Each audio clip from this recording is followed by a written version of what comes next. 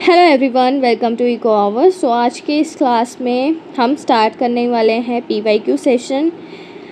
2016 का पेपर हम सॉल्व करेंगे लेक्चर कैडरे कॉमर्स के स्टूडेंट्स के लिए। इकोनॉमिक्स के स्टूडेंट्स के लिए अलग सेशंस अपलोड हो रहे हैं, रोज़ एक सेशन अपलोड होता है।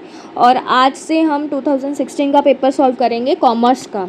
ये क्लास 1 और पार्ट 1 रहेगा, जिसमें हम 1 to 10 क्वेश्चंस को सॉल्व करेंगे और उसके पीछे के कॉन्सेप्ट्स क्या हैं अकाउंटेंसी के, वो सब हम साथ ही साथ रिकॉल करते जाएंगे। ये सेशन पीवाईक्यू सेशन प्लस आपका कॉन्सेप्ट रिकॉल सेशन भी रहने वाला है, ठीक है। कॉन्सेप्ट के आपके साथ ही साथ रिवाइज होते जाएंगे। सो स्टार्ट करते हैं with the very first question.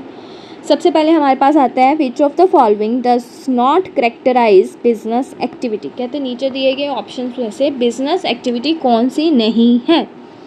Option से पहले हम चलेंगे बेसिक कॉन्सेप्ट के ऊपर कि बिजनेस एक इकोनॉमिक एक्टिविटी है। बिजनेस हमारी इकोनॉमिक एक्टिविटी है जिसमें हम प्रॉफिट अर्न करने के बारे में सोचते हैं और करते हैं। बिजनेस में गुड्स और सर्विसेज का प्रोडक्शन, सेल और रिस्क वगैरह ये सब चीज़ें हमारी शामिल होती हैं। अब आ जाओ ऑप्शंस के ऊपर। पहला ऑप्शन था हमारे पास production of goods and services. देखो, बिजनेस गुड्स और सर्विसेज प्रोड्यूस करता है, इसलिए ये बिजनेस की करैक्टरिस्टिक्स है, ना कि बिजनेस एक्टिविटी, ठीक है।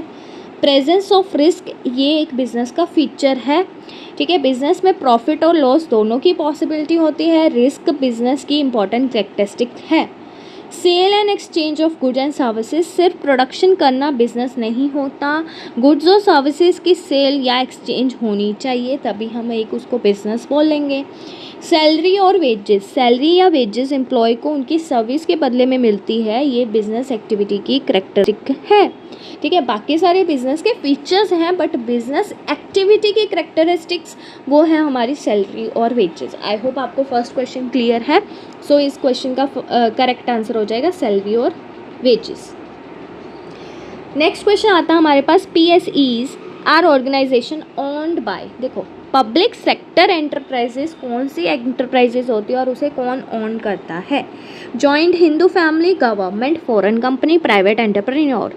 सबसे पहले बेसिक कॉन्सेप्ट के ऊपर आओ। PSE की फुल फॉर्म आपको पता होनी चाहिए, पब्लिक सेक्टर एंटरप्राइज। तो जब भी पब्लिक सेक्टर का नाम आएगा आपके पास क्वेश्चन में, तो आपको याद रखना है ये गवर्नमेंट ऑर्गेनाइजेशन है या फिर ये गवर्नमेंट के द्वारा ओन्ड की जाती है। इन एंटरप्राइज की ऑनरशिप और कंट्रोल गवर्नमेंट के पास होता है, तो इसलिए ये गवर्नमेंट इसका करेक्ट आंसर हो जाएगा कि PSEs की जो ऑर्गेनाइजेशंस हैं उन्हें कौन ओन करता है, गवर्नमेंट। एक बार ऑप्शंस वाइज जाते हैं। जॉइंट हिंदू फैमिली, ये फैमिली मेंबर्स द्वारा ओन्ड बिजनेस होता है, तो ये नहीं हो सकता, गवर्नमेंट इसका करेक्ट आंसर है। फॉरेन कंपनी फॉरेन इन्वेस्टर के द्वारा ओन की जाती है। प्राइवेट एंटरप्रेन्योर प्राइवेट इंडिविजुअल्स के द्वारा ओन किया जाता है, ठीक है। नेक्स्ट क्वेश्चन है हमारे पास, the minimum number of members required for registration of cooperative society. कहते सब कम से कम कितने मेंबर्स होने चाहिए अगर हमने रजिस्ट्रेशन करवानी है कोऑपरेटिव सोसाइटी की, ठीक है। इसके लिए बेसिक कॉन्सेप्ट के ऊपर चलते हैं। पहले आपको पता होना चाहिए कोऑपरेटिव सोसाइटीज़ होती क्या है।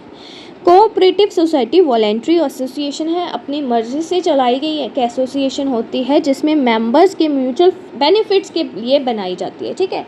अगर 10 मेंबर्स हैं तो 10 मेंबर्स का जो म्यूचुअल बेनिफिट होगा उसके लिए इन सोसाइटीज़ को रन किया जाता है। अब इसका करेक्ट आंसर क्या होगा, डायरेक्ट याद रखना, मिनिमम नंबर ऑफ़ मेंबर्स कितने चाहिए इनको रजिस्टर करने के लिए, 10, ठीक है। 10 मेंबर्स होने चाहिए, तभी हम इन कंपनीज इन सोसाइटीज़ को रजिस्टर कर सकते हैं। नेक्स्ट आ जाओ। A public limited company can start business after. जो पब्लिक लिमिटेड कंपनी होती है, मतलब जो गवर्नमेंट कंपनीज होती हैं, वो अपना बिजनेस कब स्टार्ट कर सकती हैं। बेसिक कॉन्सेप्ट देखो, पब्लिक कंपनीज को बिजनेस स्टार्ट करने से पहले कुछ लीगल फॉर्मेलिटीज़ कंप्लीट करनी पड़ती हैं। ऑप्शंस में आ जाओ। इनकॉर्पोरेशन की after incorporation company legal existence में आ जाती है लेकिन बिजनेस स्टार्ट नहीं कर सकती। जब पब्लिक लिमिटेड कंपनी इनकॉर्पोरेट हो जाती है ना, तो वो एग्जिस्टेंस में आ जाती है, मतलब कि वो कंपनी बन गई बट अभी बिजनेस स्टार्ट नहीं कर सकती। After promotion, promotion company formation का पहला स्टेज है, कंपनी बनाने का पहला स्टेज ही प्रमोशन है। आफ्टर रजिस्ट्रेशन के बाद कंपनी लीगल एंटिटी बन जाती है, ठीक है, लीगल एंटिटी बन जाती है कि ये कानून की नज़र में एक कंपनी बन जाती है, ठीक है। After certificate of commencement of business, जब कंपनी को certificate of commencement of business मिल जाता है, उसी के बाद पब्लिक लिमिटेड कंपनी अपना बिजनेस स्टार्ट कर सकती है। सो इस क्वेश्चन का करेक्ट आंसर हो जाएगा ऑप्शन डी, कि जब कंपनी के पास certificate of commencement of business आ गया तब वो अपना बिजनेस स्टार्ट कर सकती है। क्वेश्चन नंबर 5 है हमारे पास, which of the following types of business organization has a separate legal entity, कहते कौन से टाइप ऑफ बिजनेस ऑर्गेनाइजेशन की सेपरेट लीगल एंटिटी होती है। ऑप्शंस के ऊपर बाद में जाएंगे, पहले आते हैं बेसिक कॉन्सेप्ट पे। सेपरेट लीगल एंटिटी का मतलब है कि बिजनेस और ओनर्स अलग अलग हैं, लीगल पर्सन्स होते हैं, ठीक है, बिजनेस और उसके ऑनर्स अलग अलग लीगल पर्सन्स होते हैं, वो एक एंटिटी नहीं होती, सेपरेट लीगल एंटिटी होती है, ठीक है। अगर ABC ने एक कंपनी सेटअप की है, मान लेते हैं XYZ, तो XYZ कंपनी अलग है, ABC पर्सन्स की जो आइडेंटिटी है वो अलग है।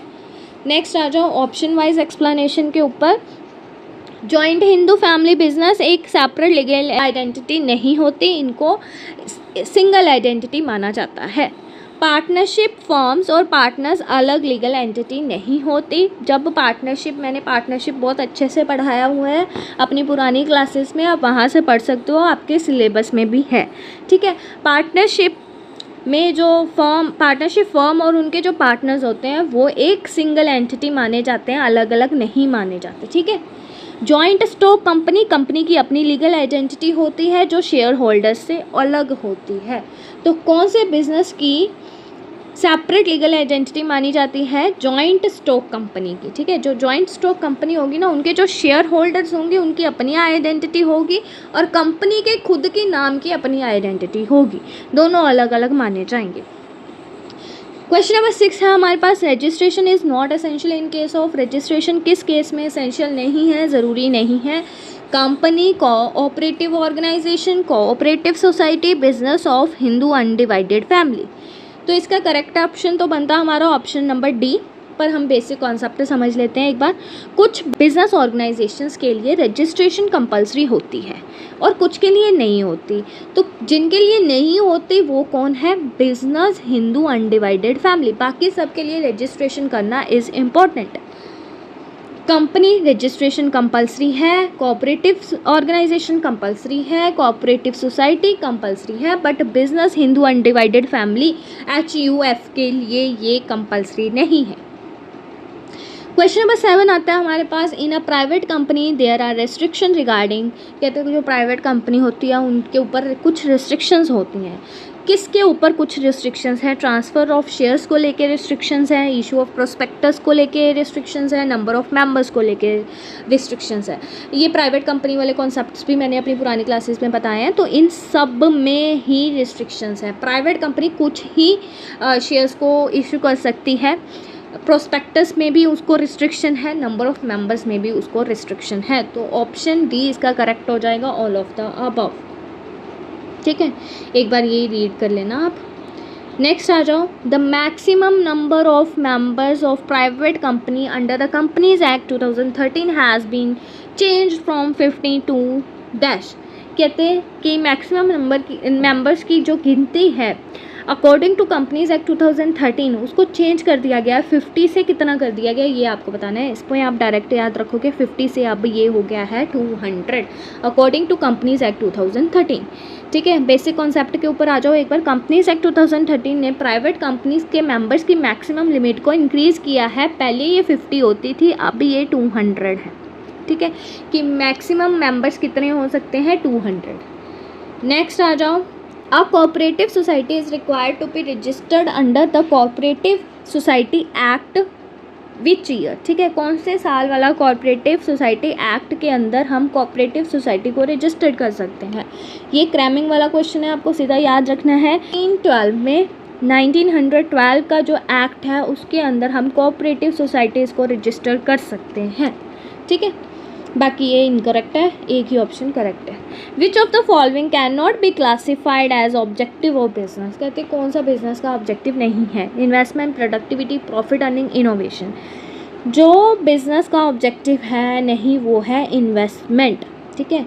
इन्वेस्टमेंट हमारा बिजनेस का ऑब्जेक्टिव नहीं है। प्रोडक्टिविटी ऑब्जेक्टिव है, प्रॉफिट अर्न करना उनका एक ऑब्जेक्टिव है, इनोवेशन करना उनका ऑब्जेक्टिव है, बट इन्वेस्टमेंट उनकी जो बिज़नेस स्टार्ट करने से पहले वाली चीज़ है वो मानी जाती है, बट ये ऑब्जेक्टिव नहीं होता, ठीक है, मेन गोल नहीं होता।